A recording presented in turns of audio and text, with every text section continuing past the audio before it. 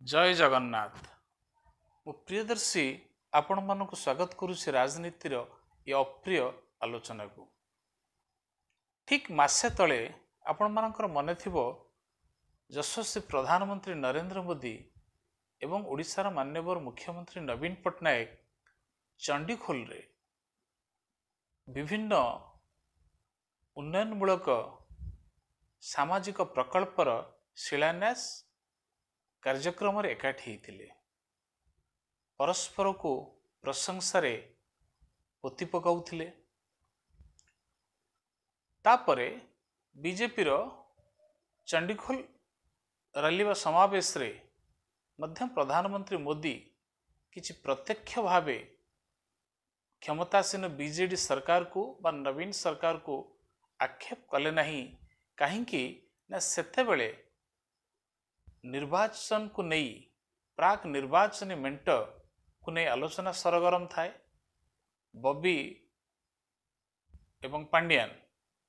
बा भिके पांड्यान एवं प्रणव प्रकाश दास सेते बेले मेंट राजनीतिर चिठा नहीं से माने दिल्ली जाई थांती। अमित शाह टेबुल रे आलोचना चली थाए जदियो किछि निष्कर्ष बाहरी पारि न थाए।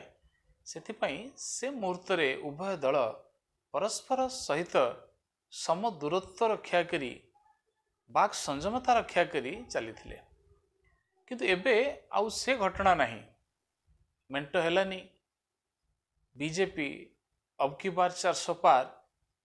ये जो आह्वान ये नारा ये नैरेटिव्स रे बीजेपी आगु को बढ़ुछि एवं बिजु जनता दल मध्य षष्ठ थर पई मुख्यमंत्री भावे नवीन पट्टनायक को देखिबा पई व्यग्र। भिके पांड्यान से तो आउ पादे आगे जाई हम गत थर आलोचना करथिले। से कहिले कि जदि नवीन पट्टनायक षष्ठ थर मुख्यमंत्री न होंती मो राजनीति संन्यास नेबी। से गोटे अलगा कथा। किंतु 2 दिन तले प्रधानमंत्री भुवनेश्वर रोड शो कले, बलांगीर, बरगढ़ एवं कंधमाल रे जो आक्रमण कले प्रत्यक्ष भावे से बिजु जनता दल सुप्रीमो नवीन पट्टनायक उपरे प्रचंड आक्रमण कले। एमिति आक्रमण बोधे नवीन पट्टनायक उपरे ना केही केबे करिछि ना प्रधानमंत्री व्यतीत आउ एभली आक्रमण करिवार साहस मध्य कहार नाही। सांप्रतिक राजनीतिक परिस्थिति रे से कहिले जे मुख्यमंत्री 30 टी जिला रो ना कहि दियंतु, 30 टी जिला रो सदर महकुमार ना कहि दियंतु, ताहले आमे जानिबु जे मुख्यमंत्री सामाजिक राजनीतिक व्यवस्था विषय रे अवगत अछंती। से आहुरी आक्रमण को आहुरी तीव्र तीव्रतर कले। कहले कि एठी सरकार गोटे आउटसोर्सिंग रे चली से जने व्यक्ति विशेष को बा किछि बाहर व्यक्ति को से आउटसोर्सिंग रे सरकार चलेवा पई देइछंती। से माने तांको मनमानी चलाउछंती ना एथिरे ओडिया लोकंकर स्वार्थ ना ओडिया तो रहुछि जोटा नहीं ओडिया अस्मिता एवं अन्यान्य कथा चर्चा रे अछि आपण माने जानिथिबे। तापरे से आउपादे आगे जाई कहिले कि मुख्यमंत्री तो कंटाबांझर छिड़ा होउछंती। से दिन से बलांगीर समावेश रे थांती। बलांगीर लोकसभा अधीन कंटाबांझी विधानसभा कहले कंटाबांझी जते बेले आसीबे मुख्यमंत्री से तो नॉर्मली साधारण लोकों सहित मिशंती नहीं। प्रधानमंत्री यही भली ढंगरे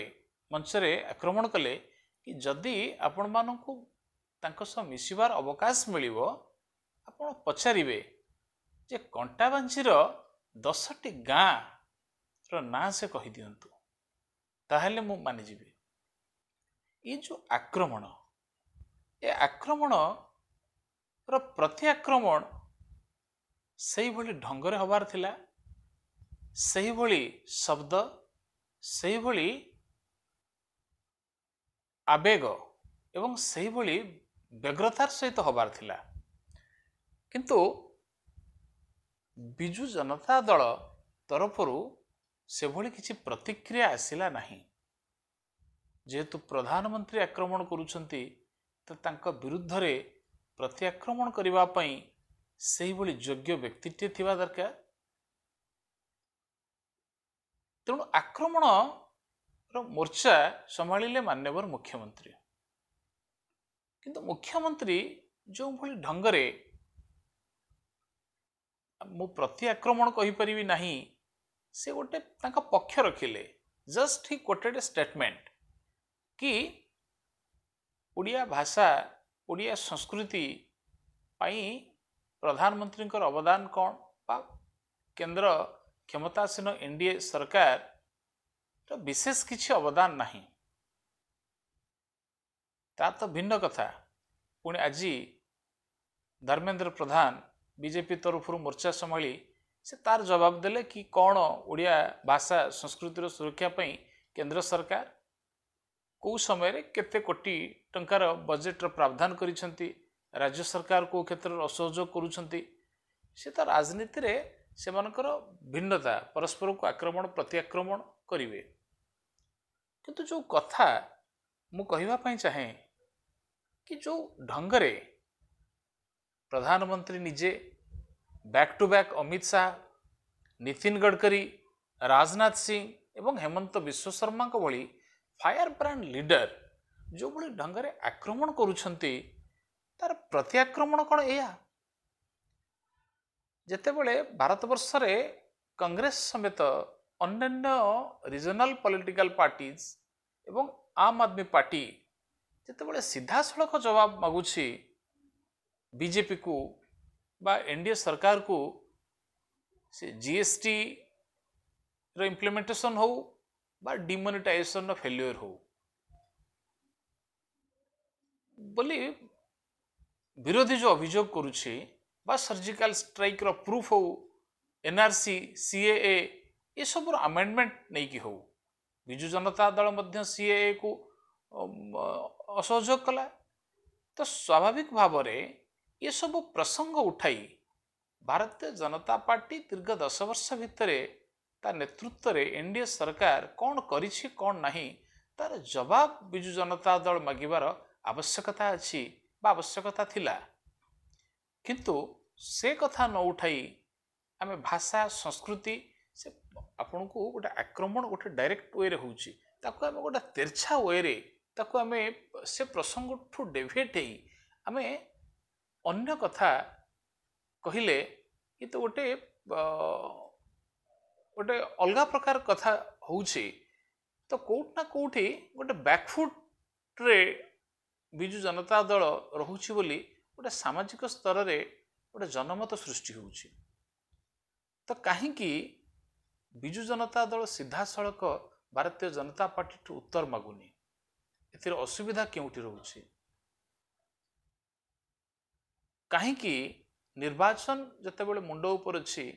काली किए हारिबो बा किए जितिबो ता तो 4 जून तय करिवो स्वाभाविक भावे जो बिजु जनता दल जो डबल शंख बा जोड़ी शंख एवं बीजेपी जो डबल इंजिन रो नैरेटिव से चली छंती हुए तो गत थर भली स्प्लिट वोटिंग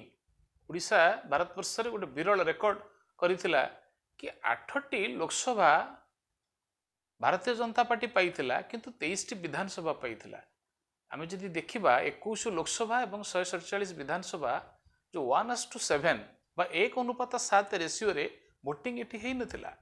ता हेइथिले 856 मिनिमम विधानसभा सीट भारतीय जनता पार्टी पाई थांता मार्जिनाली पुणी आपणकर केउझर आपणकर पुरी बली केतोटी सीट मार्जिनाली भारतीय जनता पार्टी लोकसभा हरैथिला तो से दृष्टि देखिले कोन 60-65 सीट विधानसभा सीट पाइथिला कि पाइनी तो एथर मध्य जदि जोड़ी शंख बा डबल इंजिन न होई जदि एक पद्म एक शंख बा एभली गोटे स्प्लिट भोटिंग हुए बा केंद्र रे यशस्वी प्रधानमंत्री नेतृत्व में अब की बार 400 पार नारेटिव्स को बीजेपी जदि अचीव कर नौछि बा एठी राज्य रे नवीन पट्टनायक जदि षष्ठ थर मुख्यमंत्री भावे शपथ नौछंती ताले पुणी स्वाभाविक भावे जो दिन निर्वाचन फलाफल बाहर दुई राजनीतिक दल बा दुई शीर्ष व्यक्तित्व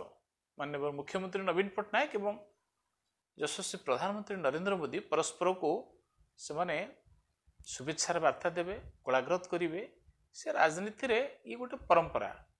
किंतु निर्वाचन जितेबाला मुंड उपर अच्छी आक्रमण प्रत्याक्रमण से भली रोचक ढंगरे हेले ही जनता भितरे बा बिजु जनता दल कर्मी बिजु जनता दल को भल पाउथिबा व्यक्ति विशेष से उत्साह से उमंग नहीं कि निर्वाचन को फेस करि परिबे